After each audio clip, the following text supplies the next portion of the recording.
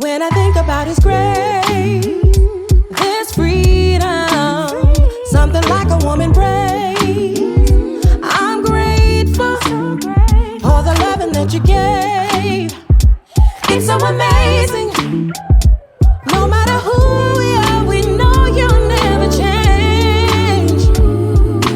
I'm in awe of how you keep doing something amazing.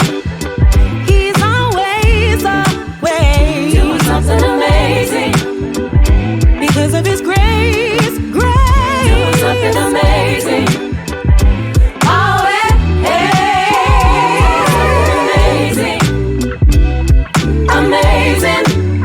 Let me tell you all the ways I'm covered. I got strength to run my race as He ushers friends and family, I say, in His shelter.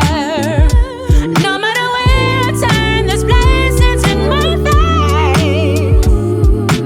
I'm in awe of how you keep doing something amazing.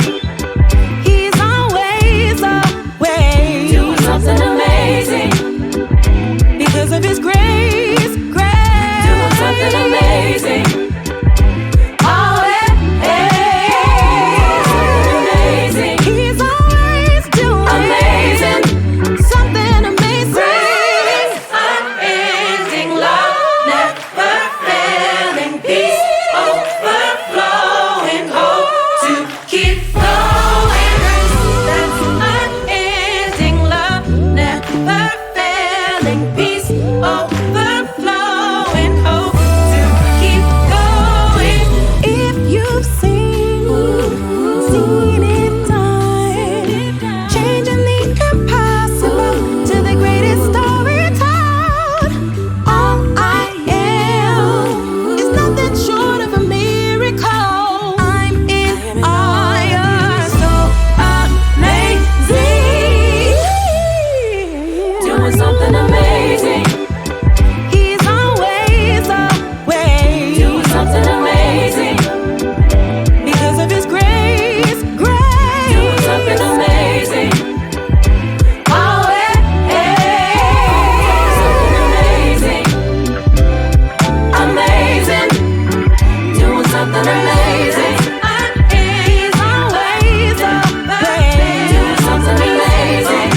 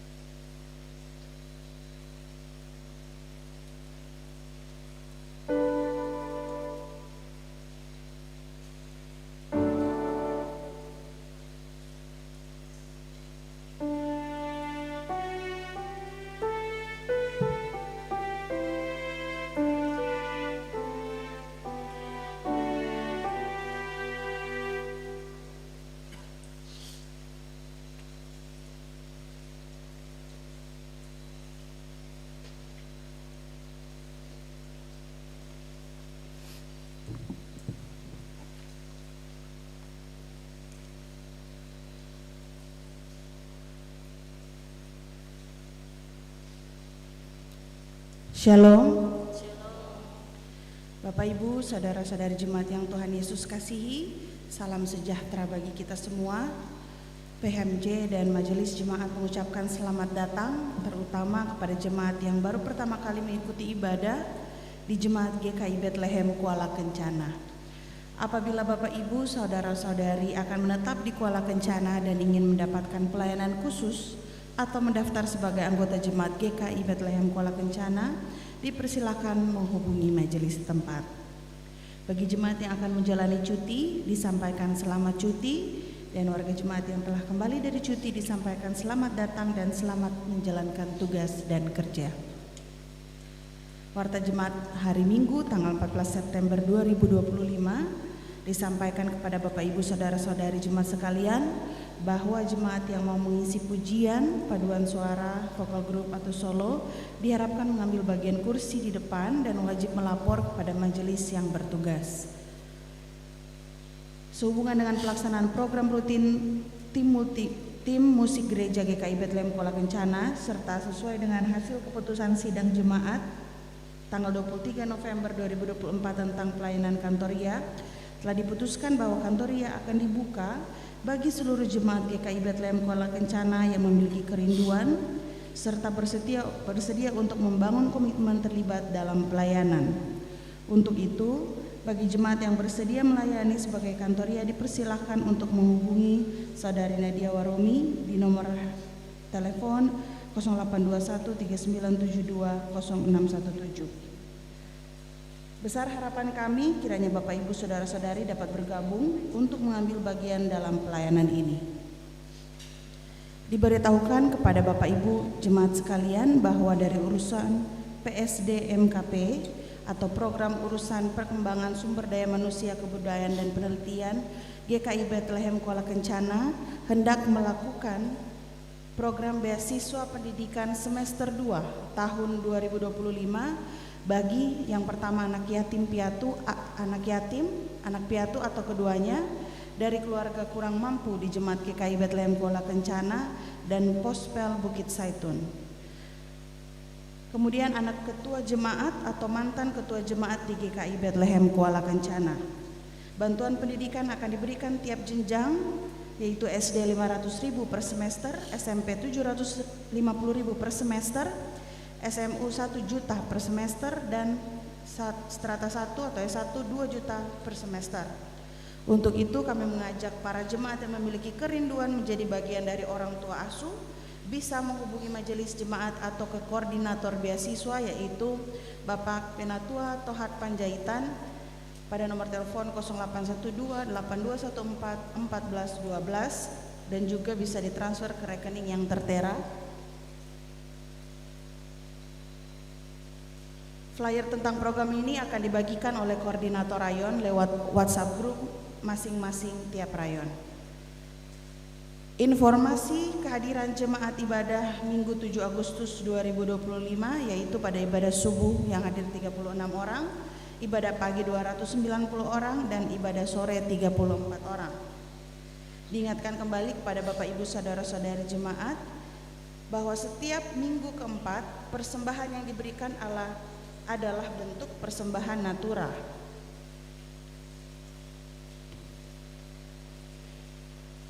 Pemberitahuan selanjutnya kepada Bapak Ibu Saudara-saudari jemaat sekalian bahwa jemaat mitra dari GKI Bethlehem Kuala Kencana yaitu jemaat Betel Kapiraya membutuhkan uluran tangan kasih dari Bapak Ibu jemaat sekalian berupa pakaian layak, yaitu selimut, baju anak-anak, baju dan celana orang dewasa pria dan wanita, sepatu, tas, dan lain sebagainya. Bapak Ibu jemaat sekalian dapat mengumpulkan barang-barang tersebut di Rumah Pastori RT 6 nomor 8B, dan juga perlu diketahui bahwa batas untuk pengumpulan barang adalah di akhir bulan ini, yaitu bulan September. Siapa menaruh belas kasihan kepada orang yang lemah, memiutangi Tuhan yang akan membalas perbuatannya itu. Terdapat pada Amsal 19 ayat 17. Kemudian saya bacakan beberapa surat masuk.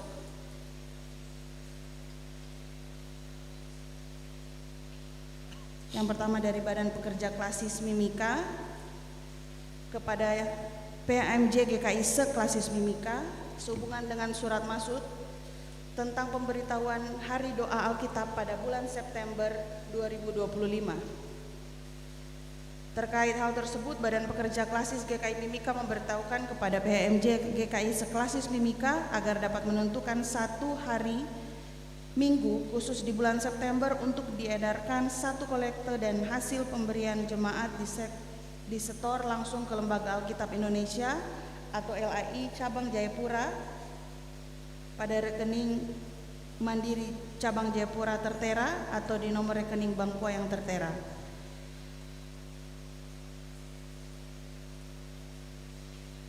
Masing-masing jemaat teruskan ke bagian keuangan BPK Mimika dan keuangan Sinode GKI di Tanah Papua, serta dapat menginformasikan dan mengkonfirmasi ke LAI Jayapura dengan nomor WhatsApp tertera atas nama Ibu Deyunita.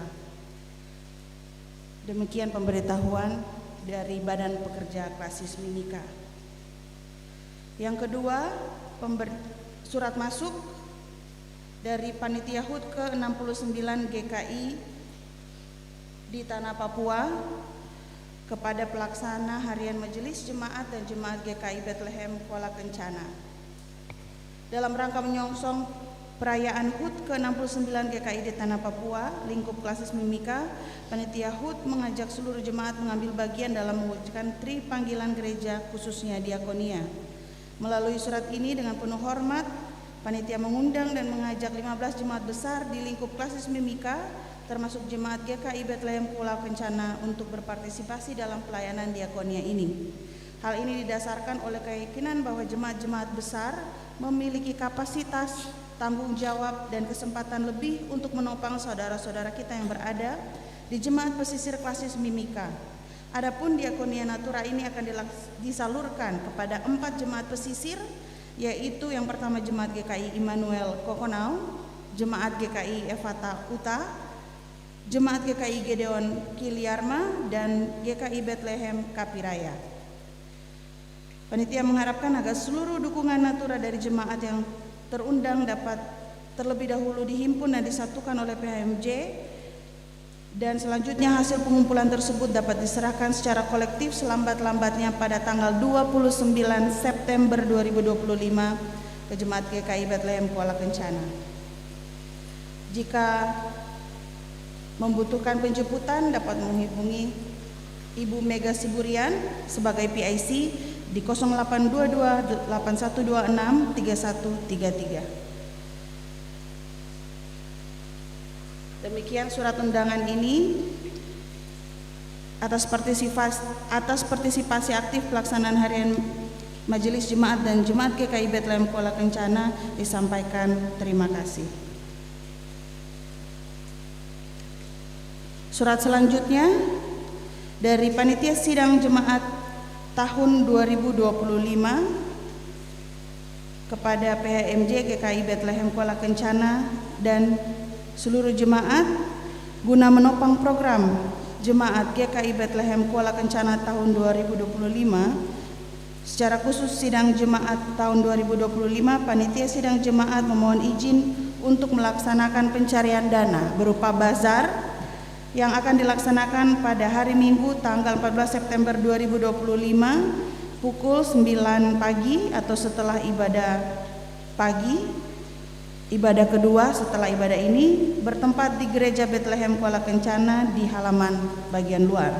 Untuk kontak person Bapak Harlo Biantong pada nomor telepon 081248419220 sebagai koordinator usaha dana. Demikian surat permohonan atas perhatian dan dukungan Bapak Ibu saudara-saudari diucapkan terima kasih.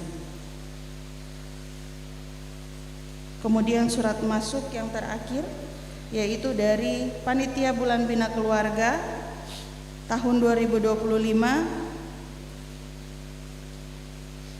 berupa pencarian dana, izin pencarian dana berupa basar yang akan dilaksanakan pada hari Minggu tanggal 21 September 2025 jam 10.30 atau setelah ibadah Minggu jam 9 pagi, tempat halaman Gereja Bethlehem Kuala Kencana, menu aneka makanan siang dan snack.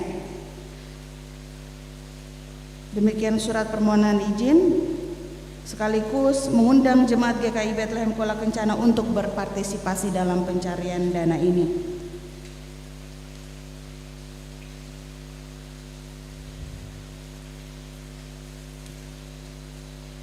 Demi kelancaran, kenyamanan, dan ketertiban ibadah, kami mengimbau jemaat sekalian untuk mempersiapkan diri dengan baik, menyiapkan Alkitab dan mengenakan pakaian yang sopan, pastikan telepon dalam keadaan mode diam selama beribadah berlangsung. Pokok doa khusus, amplop persembahan atau perpuluhan agar diserahkan lebih awal ke majelis yang bertugas di konter saat memasuki ruangan gereja sehingga dapat dicatat dan diteruskan kepada pelayan firman untuk didoakan dari mimbar. Atas nama PMJ dan Majelis Jemaat, kami menyampaikan terima kasih kepada pelayan firman, ibadah subuh, Penatua Lime Bunga, Kantoria Paduan Suara Jemaat, admin jemaat, tim multimedia, organis, supir bis, Bapak Ibu Majelis yang bertugas, dan pengisi pujian. Demikian warta ibadah Minggu subuh pagi ini. Terima kasih atas perhatian, selamat beribadah, Tuhan Yesus memberkati. Shalom.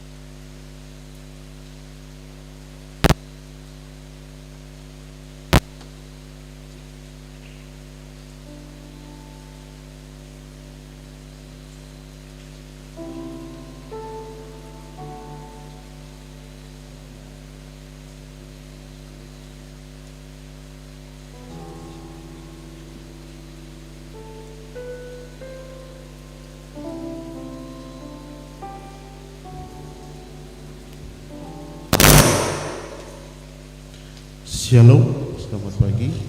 Kita akan mengawali ibadah kita. Marilah kita bersorak-sorak untuk Tuhan, bersorak-sorak bagi gunung batu keselamatan kita. Biarlah kita menghadap wajah-Nya dengan nyanyian syukur, bersorak-sorak baginya dengan nyanyian mazmur. Jemaat dipersilakan berdiri dan kita akan menyanyi nyanyian rohani 14 ayat 1 dan ayat yang kedua, kesukaan yang ceria.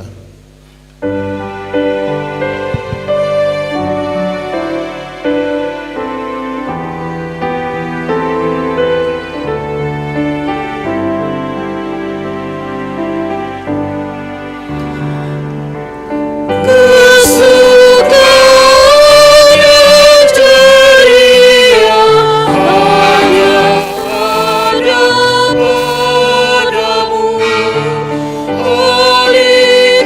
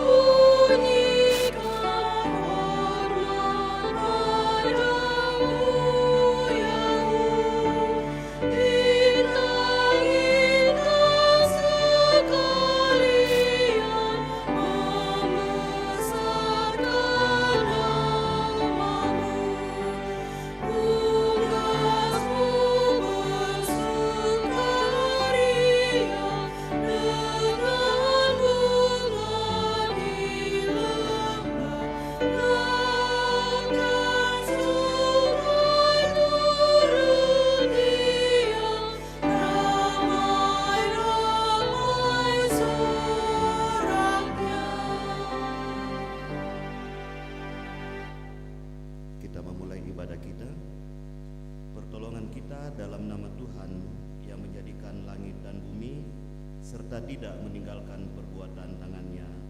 Amin. Kasih karunia dan damai sejahtera turun atas saudara-saudara dari Allah Bapa, Tuhan Yesus Kristus, dan Roh Kudus. Amin.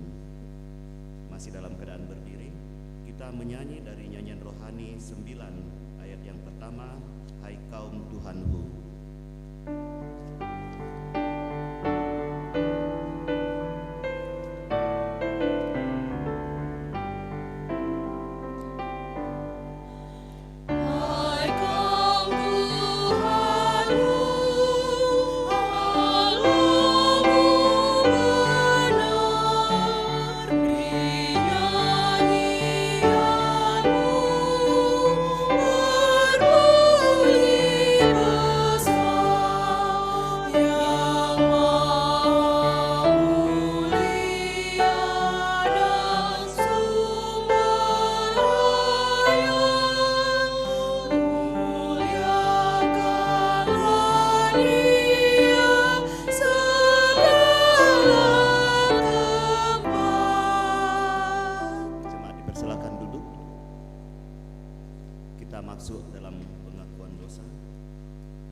Marilah kita merendahkan diri di hadapan Tuhan Allah dan mengaku dosa dengan sungguh-sungguh kepadanya.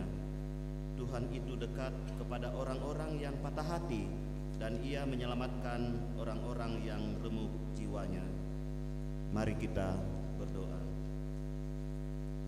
Bapa kami yang ada dalam surga, Bapa yang kami selalu sapa melalui anak-Mu Yesus Kristus, Tuhan, kami mengaku bahwa kami sudah banyak melakukan pelanggaran dan dosa dalam seminggu yang lalu ini. Tuhan Yesus, baik dosa itu kami sengaja maupun tidak sengaja, Tuhan, kami sadar atau tidak sadar, Tuhan, kami datang bersujud ke hadapan hadirat-Mu. Kiranya Engkau mengampuni salah dan dosa kami itu. Hanya dalam nama Yesus Kristus kami bawa doa ini. Amin. Kita menyanyi dari nyanyian Mazmur 6 ayat 1 dan 3, Sayangi Aku Tuhan.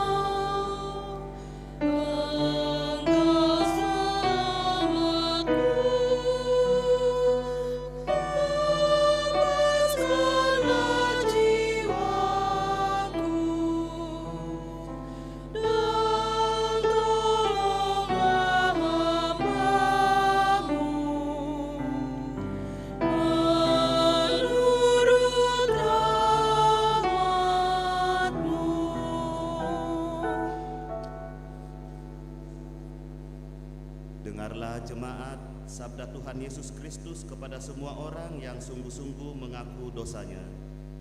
Karena begitu besar kasih Allah akan dunia ini, sehingga Ia telah mengaruniakan anaknya yang tunggal, supaya setiap orang yang percaya kepadanya tidak binasa, melainkan beroleh hidup yang kekal. Kita menyanyi dari nyanyian rohani 147 ayat yang ketiga, Kuasa-Mu ya pengasihan.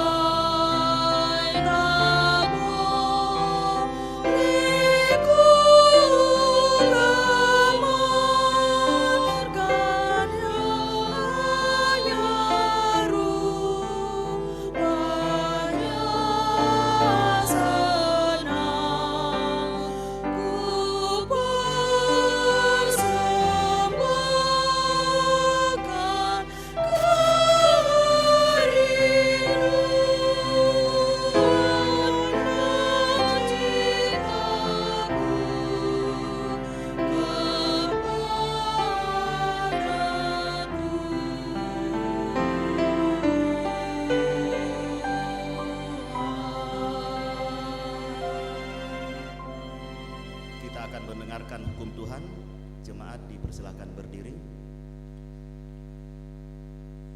Dengarlah hukum Tuhan, kasihilah Tuhan Allahmu dengan segenap hatimu dan dengan segenap jiwamu dan dengan segenap akal budimu.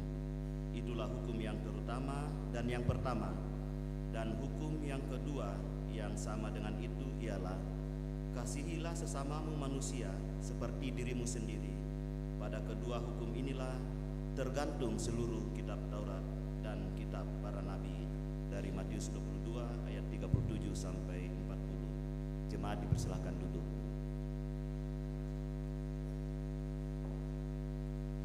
Kita akan masuk dalam pemberitaan firman. Mari jemaat sekalian, sebelum kita membaca firman Tuhan yang terambil daripada Imamat 25 ayat 23 sampai dengan ayatnya yang ke-28. Imamat 25 ayat 23 sampai dengan ayatnya yang ke-28. Apabila Alkitab kita sudah terbuka di hadapan kita, kita berdoa meminta pertolongan kepada Tuhan. Kita berdoa. Tuhan yang Maha Kuasa, Engkau telah memberi firman-Mu menjadi pelita bagi kaki kami dan terang bagi jalan kami. Berilah oleh Roh Kudus telinga kami mendengar dan hati kami rindu akan firman-Mu. Berilah firman-Mu menjadi kesukaan kami, agar kami bertumbuh dalam kasih-Mu dan mengenal Engkau sebagai Tuhan dan Juru Selamat kami. Amin. Pembacaan firman Tuhan dalam minggu berjalan ini dari Sinode menurunkan dari Imamat 25 ayat 23 sampai dengan ayatnya yang ke-28.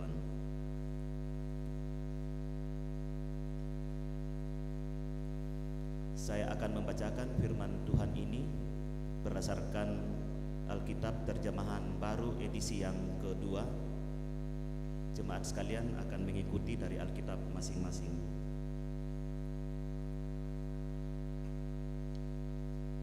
Penebusan tanah. Tanah janganlah dijual mutlak, karena akulah pemilik tanah itu. Sedangkan kamu adalah pendatang dan warga asing yang menumpang padaku. Di seluruh tanah milikmu haruslah kamu memberi hak menebus tanah. Apabila saudaramu jatuh miskin sehingga harus menjual sebagian dari miliknya, maka seorang kaum terdekatnya yang berhak menebus harus datang dan menebus yang telah dijual saudaranya itu.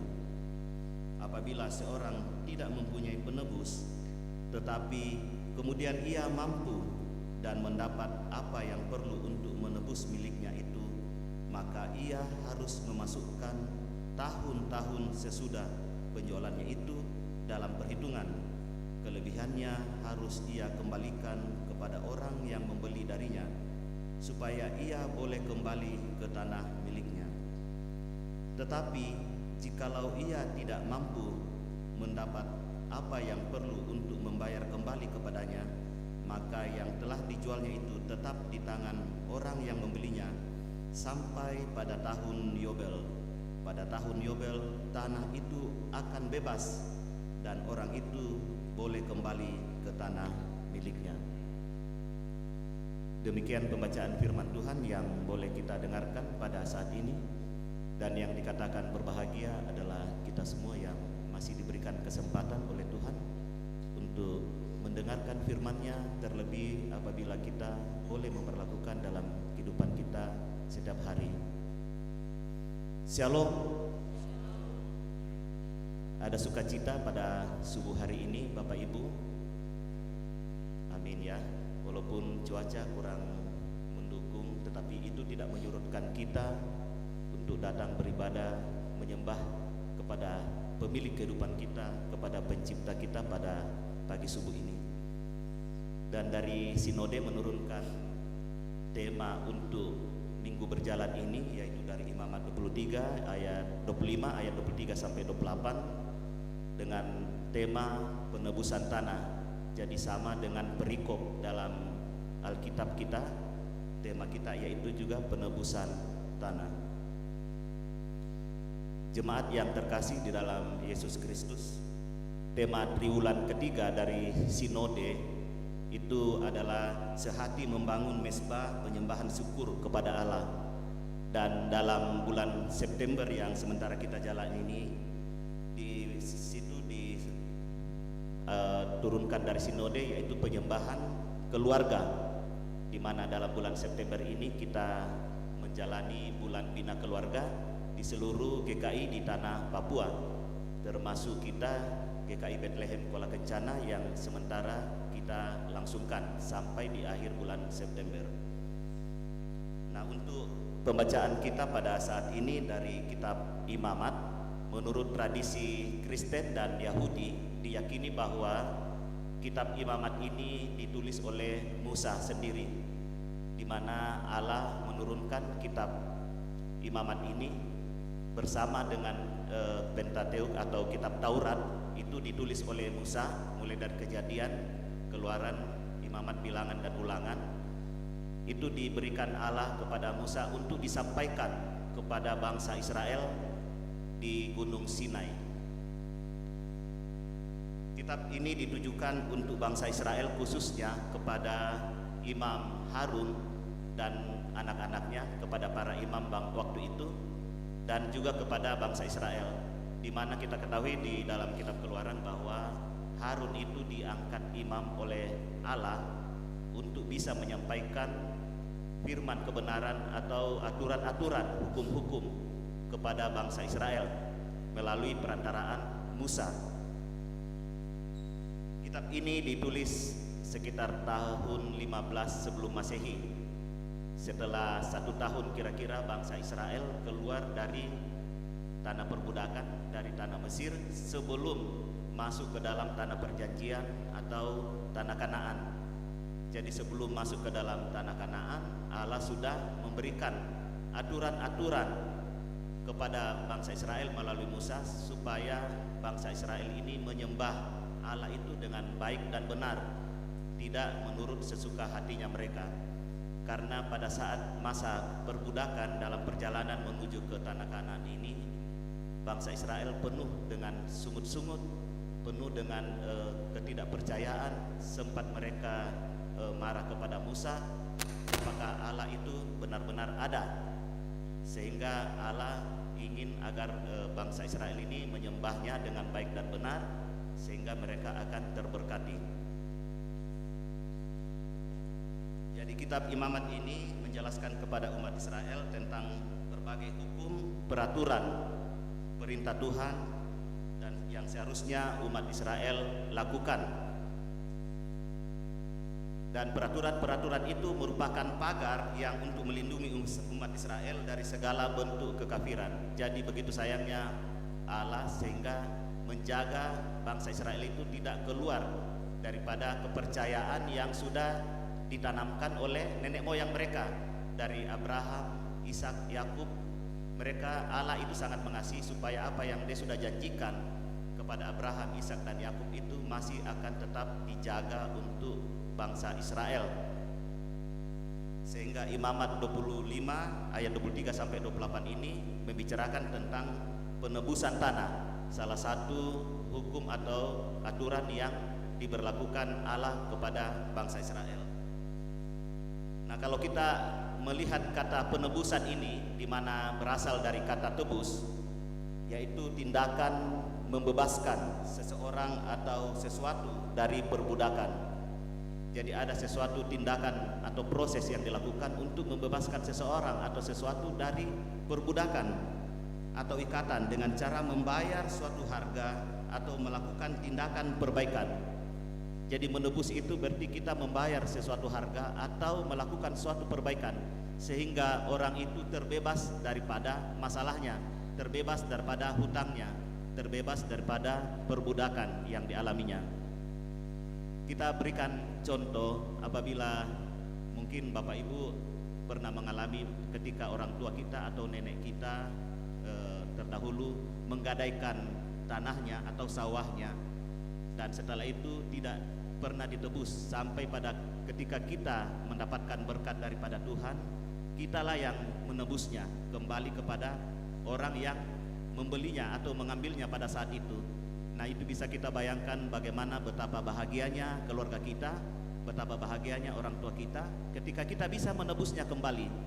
Nah, itu adalah salah satu contoh. Ataukah ketika teman kita ada meminjam uang dan tidak bisa mengembalikan sesuai dengan kesepakatan orang yang memberi pinjaman, maka kita datang untuk menebusnya, maka terjadilah sukacita bagi orang atau kerabat kita tersebut.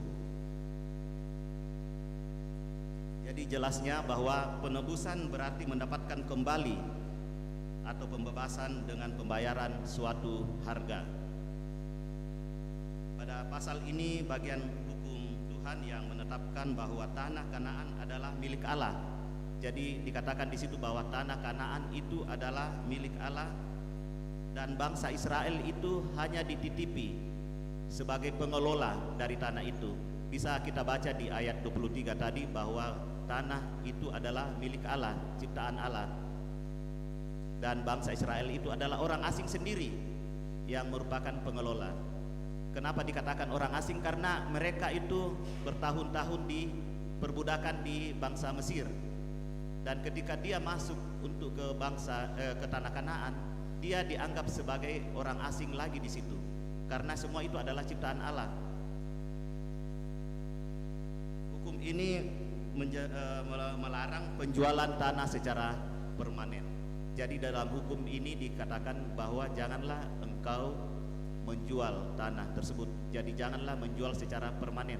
Dikatakan permanen artinya bahwa ketika seseorang itu menjual mutlak, menjual dengan putus, artinya ketika dia menjual itu bahwa dia tidak mempunyai hak lagi kepada tanah tersebut, tetapi menjadi hak sepenuhnya daripada orang yang membelinya.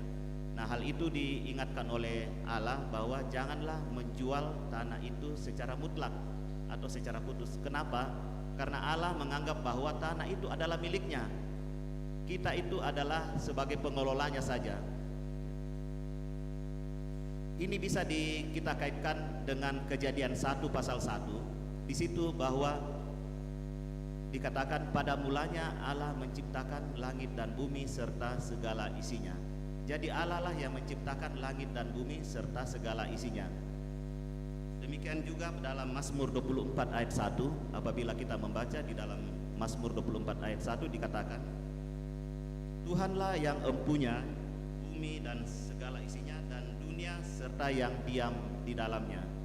Ini sangat jelas bahwa Allah lah yang menciptakan segala yang ada di muka bumi ini. Manusia dititipi untuk mengelola, menata layanan itu dilakukan oleh manusia supaya bisa bermanfaat dan tidak melupakan kepada penciptanya sebagai pemilik tanah dan kehidupannya. Itulah sebabnya menurut aturan dan hukum orang Israel, tanah itu tidak boleh dijual secara selama-lamanya, tidak boleh diberikan kepada orang lain dengan permanen atau dijual.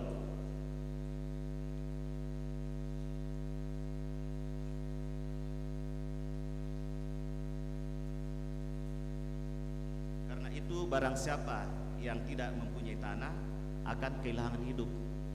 Nah, ini di dalam perjanjian lama ini dikategorikan, diartikan makna itu bahwa barang siapa yang tidak mempunyai tanah, itu tandanya bahwa Allah tidak mendapatkan berkat daripada Allah. Barang siapa yang tidak mempunyai tanah, dan barang siapa yang memiliki tanah adalah orang yang mendapat berkat daripada Allah. Ya, makna daripada yang ada dalam perjanjian lama. Dan bahkan ada beberapa kalangan di aliran adat-adat tertentu, tanah itu dianggap sebagai ibu. Tanah itu dianggap sebagai ibu, yang artinya bahwa ibu itu memelihara kita, merawat kita, dan dari situlah kita mendapat kehidupan dan akan kembali juga kepada tanah. Sehingga orang itu sangat akan merawat tanah yang mereka punyai, karena mereka hidup dari situ, seolah-olah dia merawat ibunya sendiri. Bahkan di area Papua Selatan, di Korowasai, di adat situ mereka menganggap bahwa tanah itu adalah mama leluhur mereka yang merupakan warisan yang diberikan sehingga mereka akan sangat menghormati dan menghargai tanah tersebut. Makanya kenapa di Papua itu ada istilah hak ulayat, tanah ulayat, karena turun-temurun mereka mendapatkan tanah tersebut sehingga mereka harus merawatnya.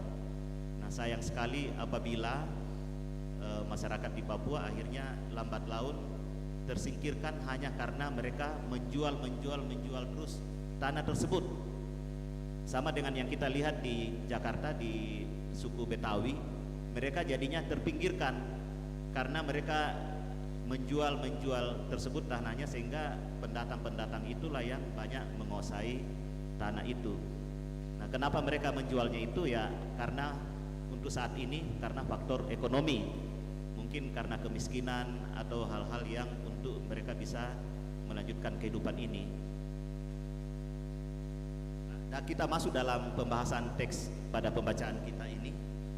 Jadi perikop Imamat 25 ayat 23 sampai 28 ini menjelaskan secara detail tentang pengembalian tanah yang tergadaikan karena hutang di tahun Yobel.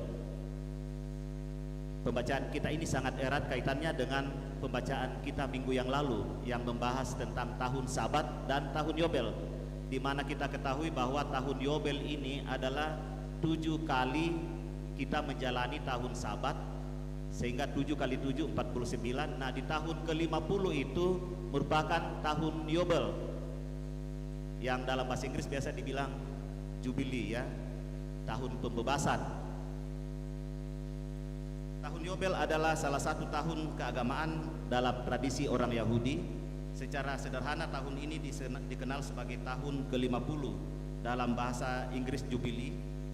Dalam tahun Yobel dirayakan bersamaan dengan tahun pendamaian.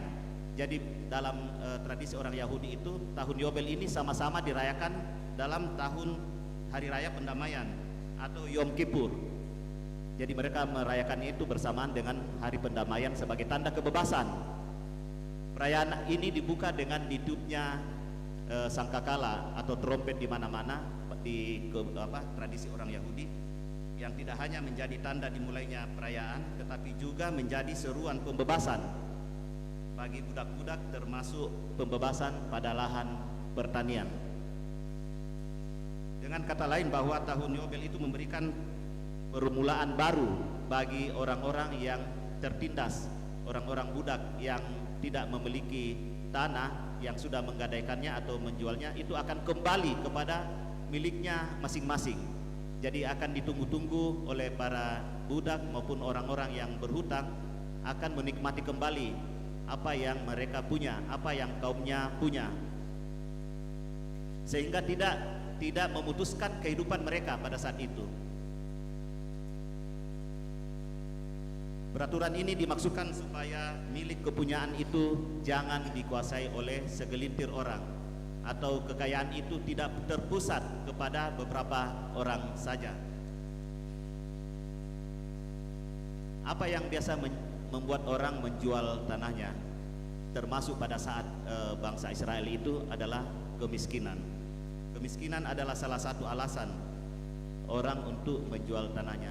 Tetapi di dalam firman Tuhan, di dalam Alkitab pertama Raja-Raja 21 ayat 3, di situ nyata bangsa Israel ada yang bersikukuh untuk tetap memegang aturan Allah, untuk tidak menjual tanah yang sudah diturunkan dari nenek moyang mereka. Di dalam pertama Raja-Raja 21 ayat 3, yaitu ketika Raja Ahab dengan Nabot berdiskusi pada saat itu, di mana Raja Ahab itu menghendaki untuk membeli tanah daripada Nabot ini. Kenapa? Karena Raja Ahab ini mempunyai istana yang di samping istananya itu adalah tanah daripada Nabot, sehingga dia mengatakan, berikanlah aku tanahmu itu supaya aku sekalian menyambung dengan istanaku untuk menanami sayur-sayuran. Jadi sama dengan kita pada saat zaman sekarang ini, apabila ada seorang kaya yang ada tanahnya di sampingnya itu, dia seakan-akan ingin supaya disambung semuanya saja. Dia dengan berusaha membujuk untuk membeli dengan harga seberapapun agar bisa memiliki tanah yang ada di sampingnya. Tetapi apa kata Nabot? Jawab Nabot kepada Ahab, kiranya Tuhan menghindarkan aku daripada memberikan milik pusaka nenek moyangku kepadamu. Nah, di situ betul-betul dia pegang teguh apa yang sudah diperintahkan, bahwa janganlah engkau menjual secara mutlak tanah yang sudah Allah berikan kepada bangsa Israel. Dalam kasus semacam itu, seorang sahabat penebus bisa tampil. Jadi seorang sahabat penebus bisa tampil untuk menebus apa daripada tanah yang sudah dijual. Seperti pada pembacaan kita tadi, dengan membeli kembali tanah yang telah dijual untuk mengembalikan kepada pemiliknya semula. Jika orang itu tidak memiliki kerabat untuk menebus tanahnya dan telah berhasil mengumpulkan dana yang cukup, dia sendiri bisa membeli tanah kembali itu. Artinya dia membayar kembali dengan ikut memperhitungkan jumlah panen yang akan terjadi sampai pada tahun Yobel berikutnya. Jadi tidak ada istilah dia mengambil keuntungan sendiri, dan kemudian dia akan membayar hutangnya sehingga dia bisa kembali kepada tanah kaumnya atau kepada miliknya. Jika orang itu tidak memiliki kerabat penebus di dalam pembacaan kita tadi maupun dana yang cukup, tanah itu dengan sendirinya kembali kepada pembelinya sampai kepada tahun Yobel. Pembeli tidak rugi apa-apa melalui aturan ini, karena dia hanya membayar hasil panen hingga tahun Yobel saja. Jadi inti daripada peraturan Allah ini supaya ada keadilan sosial, ada keadilan kepada seluruh bangsa Israel. Tidak ada yang menonjol terlalu kaya, tidak ada yang menonjol terlalu miskin. Semua ada dalam damai sukacita menikmati karunia daripada Allah di bawah peraturan-peraturan yang sudah diturunkan kepada Musa, sehingga bangsa Israel hidup teratur, rapi, dan tidak saling menindas. Karena mereka, Allah sudah melihat memberikan cobaan kepada mereka itu pada saat mereka di tanah perbudakan di tanah Mesir, sampai Allah menurunkan berapa 10 tulah ya di bangsa Mesir, dan begitu mereka tertindasnya di bangsa Mesir itu, sehingga Allah ingin mengembalikan kepemilikan tanah itu kepada bangsa Israel. Dia tidak akan pernah melupakan janjinya kepada Abraham, Ishak dan Yakub, bahwa aku akan menjadikan engkau bangsa yang besar. Aku akan memberkati engkau dan memberkati orang-orang yang memberkati engkau dan memberkati bangsa Israel. Ya, ini saya kutip ya pengalaman teman saya sendiri, juga belum pernah pergi ke Israel. Mudah-mudahan suatu saat teman saya, kalau kita katanya bagi Bapak Ibu yang sudah pernah ke sana, apabila kita ke sana itu jajanan-jajanan itu banyak tersedia di situ, souvenir-souvenir ya. Jadi ada souvenir yang dijual sama orang Palestina, ada souvenir yang dijual sama orang Israel. Tetapi kebanyakan souvenir yang dijual sama orang Israel ini harganya lebih agak sedikit mahal dibanding yang dijual orang Palestina. Tetapi guide yang membawa mereka katanya pada saat itu dia menceritakan bahwa hendaklah engkau kembali kepada firman Tuhan, bahwa ketika engkau memberkati bangsa ini, engkau akan diberkati oleh Allah. Nah, itu yang makanya kenapa mereka lebih condong untuk membeli, disarankan untuk membeli yang kepunyaan oleh bangsa Israel, karena ketika kita membeli apa yang mereka jual itu, kita sudah memberkati bangsa Israel, termasuk mungkin ya visa atau paspor yang kita sudah beli untuk menuju ke sana, dan akan diberkatilah orang-orang yang memberkati oleh bangsa Israel. Itu pengalaman dari yang teman yang pernah ke sana. Nah, Bapak Ibu yang kekasih di dalam Tuhan, bagaimanakah dengan keadaan kita sekarang, zaman kekristenan sekarang, di mana kita sudah tidak hidup di zaman hukum Taurat pada saat itu. Dalam perjanjian baru sudah dibahas semua hal ini, di mana dalam perjanjian baru Kristus itulah sebagai penggenapan tahun Yobel.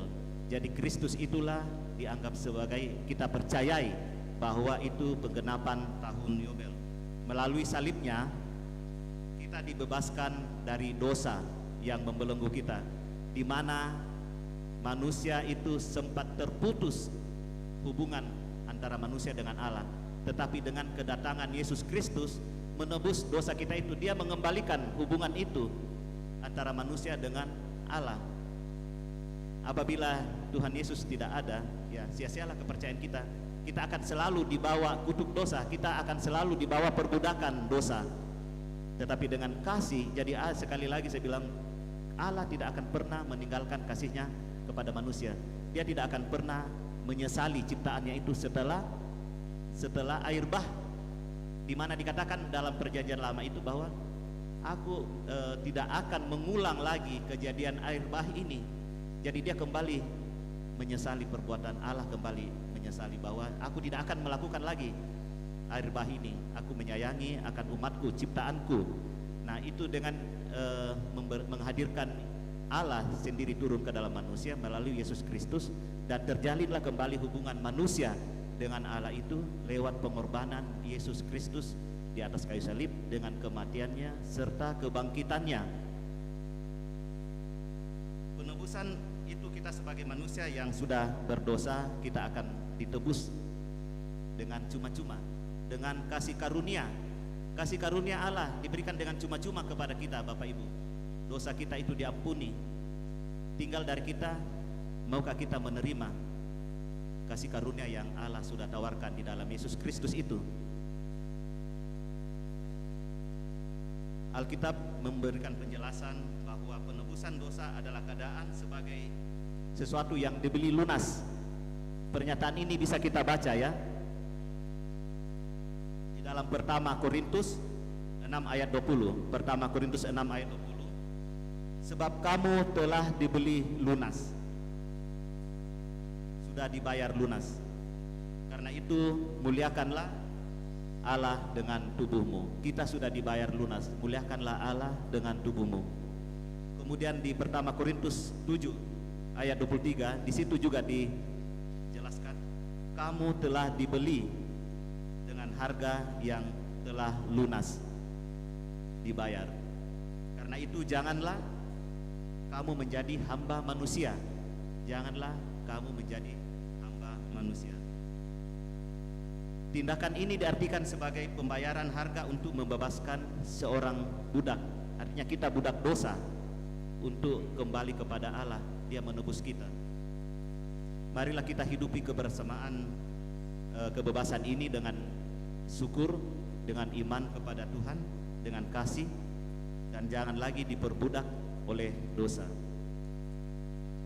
Hendaklah kita menyadari bahwa tanah Papua ini adalah tanah yang subur, kaya. Karena itu kita mendiami tanah Papua ini dengan menjaga dan melestarikannya dan menggunakannya dengan maksud Tuhan. Di mana dalam bulan Oktober ini depan kita bangsa rakyat di Papua ini merayakan hari spiritual kebebasan 100 tahun. 100 tahun memasuki peradaban bangsa Papua yang dengan kebebasan spiritual dari Oktober 1925 sampai dengan Oktober 2025. Itu dengan merujuk pada dibangunnya sekolah sending ya pada saat itu. Dibangunnya sekolah sending di Papua itu sebagai tahun 0 untuk peradaban spiritual bangsa Papua. Jadi bulan Oktober depan ini akan memasuki tahun yang ke-100 tahun. Dan saat ini kita memasuki bulan Bina Keluarga. Mari kita membangun mesbah Tuhan dan kita menyediakan waktu untuk mengalami hadirat Tuhan. Kita melatih diri kita untuk beribadah, untuk memperbaharui dan memperkokoh hubungan dengan Tuhan, sehingga kita boleh memasuki tahun minggu kerja yang baru dengan penuh sukacita dan damai sejahtera di bawah pimpinan dan berkat Tuhan. Tuhan Yesus memberkati kita dengan firman-Nya. Amin.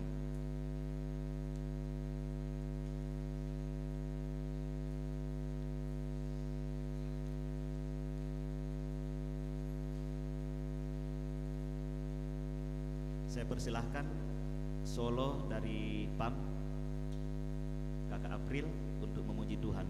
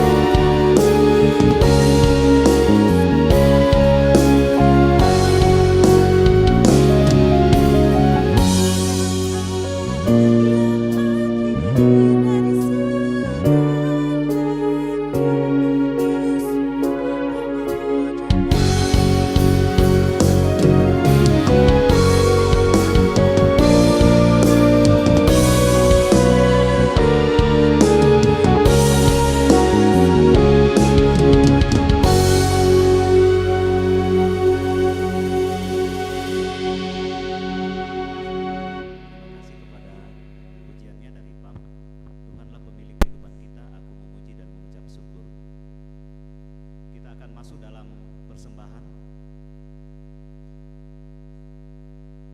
Sebab jika kamu rela untuk memberi, maka pemberianmu akan diterima. Kalau pemberianmu itu berdasarkan apa yang ada padamu, bukan berdasarkan apa yang tidak ada padamu. 2 Korintus 8 ayat 12. Dan kita memuji Tuhan dari nyanyian Kidung Jemaat 337 ayat 1 sampai dengan selesai untuk mengiringi persembahan kita. Kidung Jemaat 337.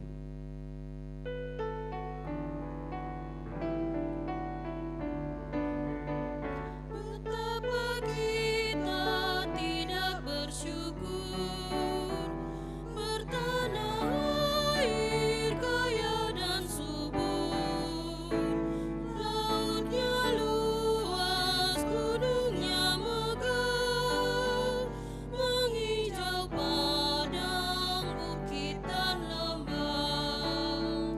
Itu semua berkat karunia Allah yang agung maha kuasa. Itu semua berkat karunia Allah yang agung maha kuasa.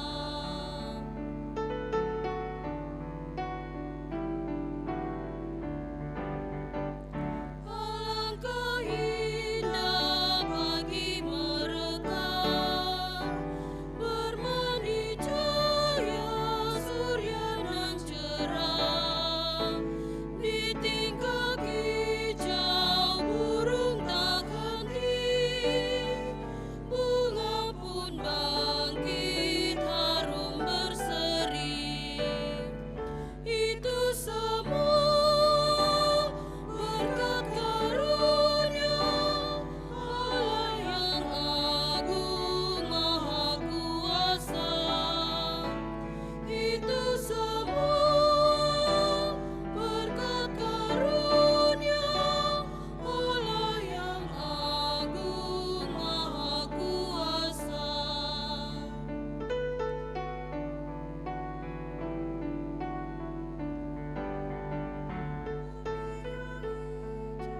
Langitnya terang, berpadu dalam warna cemerlang, indah jelita, damai dan teduh, persada kita jaya dan teguh.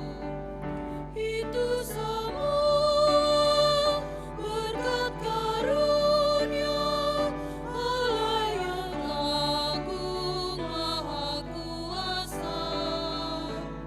Itu semua berkat karunia Allah yang agung maha kuasa.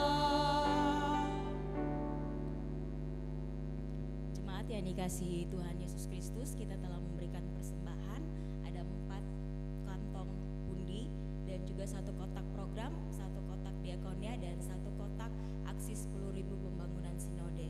Dan juga ada amplop pengucapan syukur dari seorang ibu ulang tahun yang ke-60 tanggal 13 September 2025. Untuk doa persembahan akan dibawakan langsung dari mimbar. Mari kita berdoa. Bapa Surgawi, Bapa yang kami sapa selalu lewat anak-Mu Yesus Kristus, kembali lagi ya Tuhan, kami menghampiri tata kekudusan-Mu ya Tuhan. Dan pada saat ini, dalam peribadatan kami pada pagi subuh ini, kami sudah memberikan persembahan melalui berkat-berkat yang Engkau sudah berikan kepada masing-masing kami ya Tuhan. Tuhan, berkati akan apa yang sudah kami berikan maupun yang masih ada pada kami. Biarlah Tuhan, persembahan ini boleh digunakan untuk kelebaran akan firman-Mu, baik di tengah-tengah jemaat GKI Bethlehem Kuala Kencana di tingkat klasis bahkan ke tingkat sinode ya Tuhan. Tuhan Yesus, kami berdoa buat jemaat yang sudah memberikan pengucapan syukur oleh karena pertambahan usia bagi seorang ibu. Kiranya Engkau ya Tuhan selalu memberikan damai dan sukacita, memberikan umur yang panjang, kesehatan, kekuatan selalu ya Tuhan, agar selalu ucapan syukur itu nyata dalam kehidupan jemaat.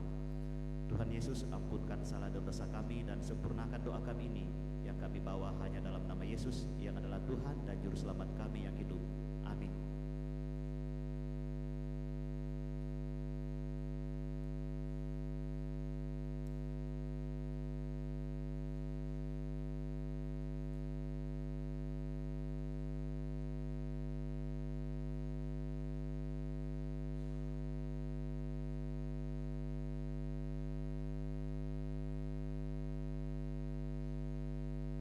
Jemaat sekalian, saya undang untuk bangkit berdiri. Kita akan masuk dalam pengakuan iman. Dalam persekutuan dengan gereja Tuhan dari segala zaman dan di segala tempat, kita mengaku bersama-sama kepercayaan kita sesuai dengan pengakuan iman Nisea Konstantinopel. Aku percaya kepada Allah Bapa yang Maha Kuasa, pencipta langit dan bumi, segala yang kelihatan dan yang tidak kelihatan. Dan kepada satu Tuhan Yesus Kristus, anak Allah yang tunggal, yang lahir dari Sang Bapa sebelum segala zaman, Allah dari Allah, terang dari terang, Allah yang sejati dari Allah yang sejati, diperanatkan dan bukan dibuat, sehakikat dengan Sang Bapa, yang dengan perantaraannya segala sesuatu dibuat, yang telah turun dari surga untuk kita manusia dan untuk keselamatan kita, dan menjadi daging oleh Roh Kudus dari anak darah Maria, dan menjadi manusia yang disalibkan bagi kita di bawah pemerintahan Pontius Pilatus, menderita, dikuburkan, yang bangkit pada hari ketiga sesuai dengan kitab-kitab, dan naik ke surga, yang duduk di sebelah kanan Sang Bapa, dan akan datang kembali dengan kemuliaan untuk menghakimi orang yang hidup dan yang mati, yang kerajaannya tak akan berakhir. Aku percaya kepada Roh Kudus yang adalah Tuhan, yang menghidupkan, yang keluar dari Sang Bapa dan Sang Anak, disembah dan dimuliakan, yang telah berfirman dengan perantaraan para nabi. Aku percaya kepada satu gereja yang kudus, am dan rasuli. Aku mengaku satu baptisan untuk pengampunan dosa. Aku menantikan kebangkitan orang mati dan kehidupan di zaman yang akan datang. Kita menyanyi dari Kidung Jemaat 285 ayat yang pertama, Tuhan pula gembalaku.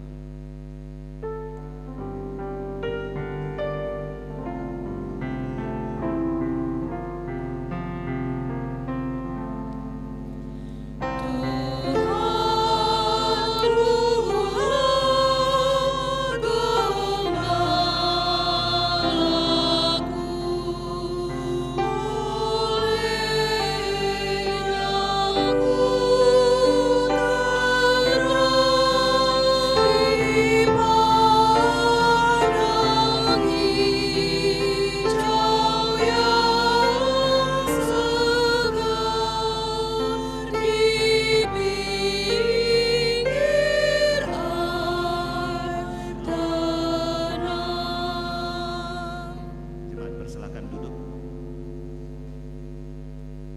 Kita akan masuk dalam doa syafaat. Mari kita berdoa. Bapa dalam surga, tak putus-putusnya Tuhan kami datang kepadamu karena kami tahu dan percaya bahwa Engkaulah Allah kami, Engkaulah pemilik kehidupan kami, Engkaulah pencipta kami ya Tuhan, sehingga kami layak untuk selalu mengingat Engkau, beribadah, memuji dan membesarkan nama-Mu. Tuhan Yesus, kami sudah membaca dan merenungkan firman-Mu di dalam kitab Imamat ya Tuhan di pagi subuh ini.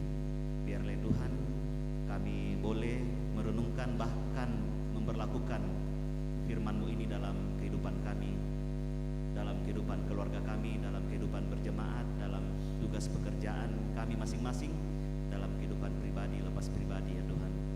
Tuhan, pada saat ini ya Tuhan, kami bawa dalam doa buat jemaat di GKI Bethlehem Kuala Kencana dalam segala keberadaan mereka, dalam segala tanggung jawab pekerjaan mereka ya Tuhan, baik jemaat sebagai TNI atau Polri, baik jemaat sebagai karyawan PT Freeport, kontraktor, ya Tuhan, privatisasi, kiranya Engkau ada bersama-sama dengan mereka, bahkan jemaat yang dalam pekerjaan wira swasta, bahkan apapun itu yang dibuat yang seturut dengan berkat-berkat yang Engkau sudah curahkan kepada mereka.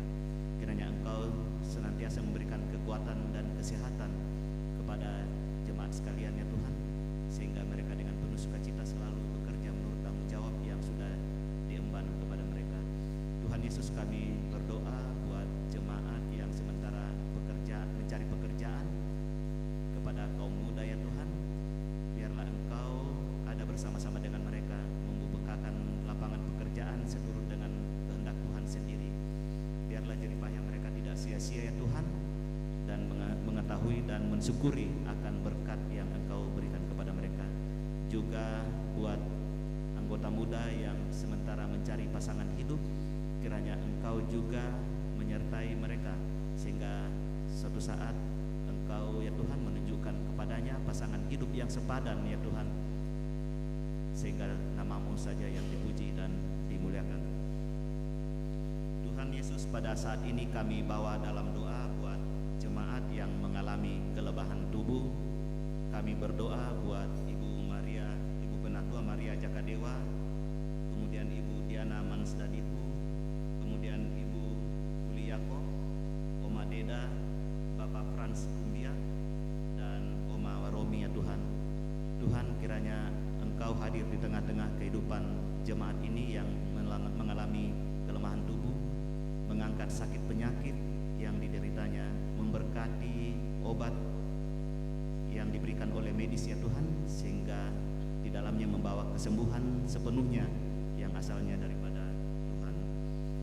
Kami juga ya Tuhan berdoa buat kondisi sekarang di PT Freeport Indonesia, di mana pada saat beberapa hari yang lalu tanggal 8 September ya Tuhan terjadi musibah longsor di Tembagapura, area Highland ya Tuhan. Tuhan Yesus, kiranya Engkau dengan Roh-Mu yang kudus hadir di tengah-tengah keberadaan mereka di atas. Tim evakuasi yang sementara berusaha dengan sekuat tenaga ya Tuhan, dan tetap mengandalkan Engkau ya Tuhan sebagai Tuhan pencipta mereka. Kiranya Engkau ya Tuhan memberikan kemudahan kepada tim evakuasi, menyelamatkan ya Tuhan korban-korban yang ada di dalam, di mana ada 7 yang masih terjebak ya Tuhan. Kami yakin dan percaya bahwa tidak ada yang mustahil di hadapan-Mu, tapi semuanya itu kami serahkan ke dalam tangan kuasa-Mu ya Tuhan. Engkau yang berperkara dalam suasana keprihatinan PT Freeport. Tuhan Yesus, kami juga bawa dalam doa ya Tuhan buat negara kami dari pusat sampai ke daerah, utamanya dalam belakangan ini suasana yang kadang kurang kondusif. Kiranya Engkau hadir di tengah-tengah kehidupan kami, utamanya kami di kaum minoritas ya Tuhan. Kiranya kami boleh hidup dengan tenang dan damai di negara ini ya Tuhan, dan juga di Timika. Kiranya Engkau memberikan kedamaian selalu. Kami berdoa ya Tuhan buat pendeta yang ada dalam jemaat kami.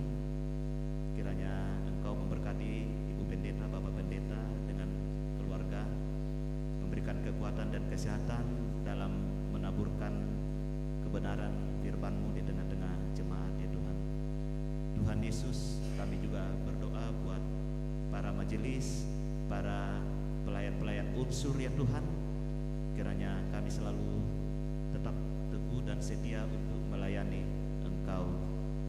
Kami berdoa buat seluruh jemaat ya Tuhan, dari nama yang pertama sampai dengan nama yang terakhir. Kiranya Engkau ya Tuhan selalu memberkati kehidupan kami.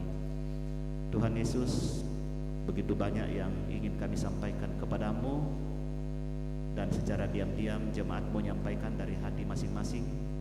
Kiranya Engkau memberkati dan mengetahui akan segala permohonan kami. Engkau menjawab permohonan kami ya Bapa.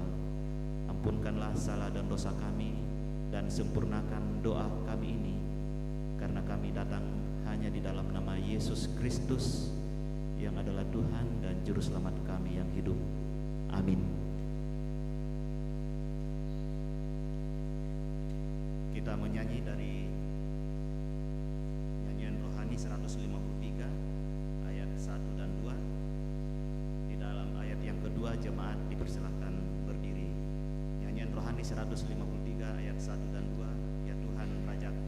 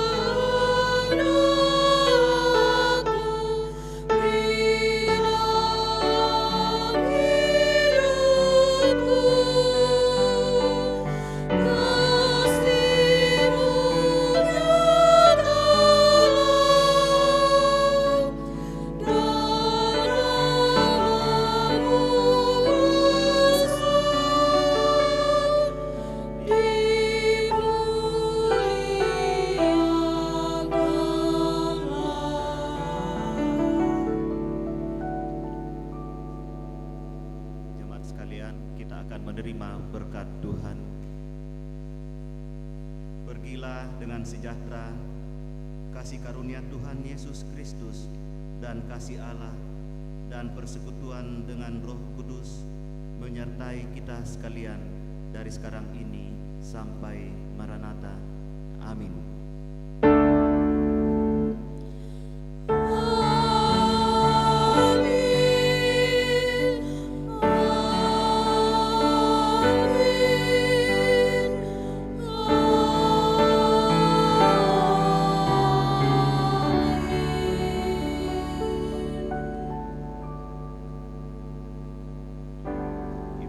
Selesai, silakan jemaat bersaat teduh.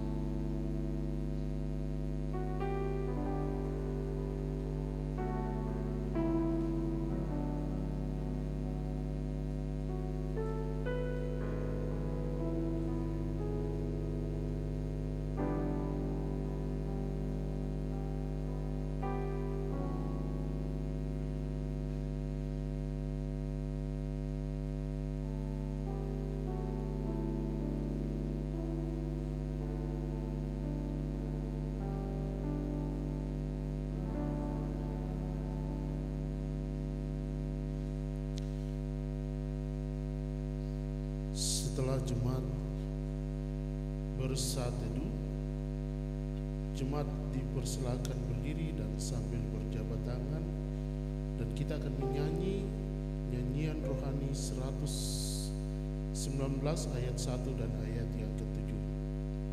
Jemaat memuji Tuhannya. Tuhan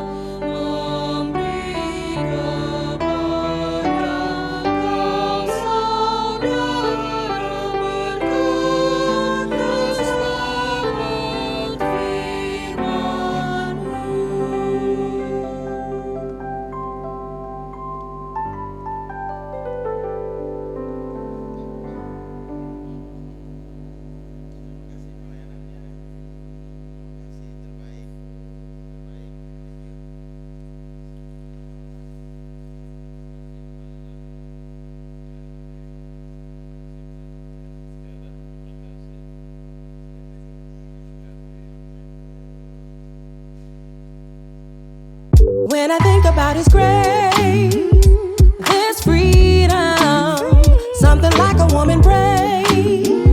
I'm grateful for the loving that you gave.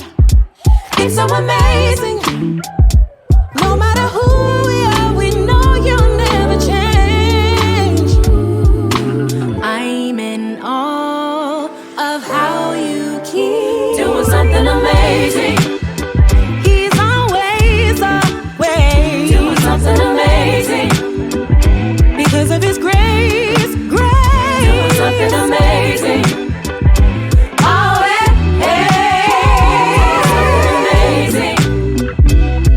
amazing. Let me tell you all the ways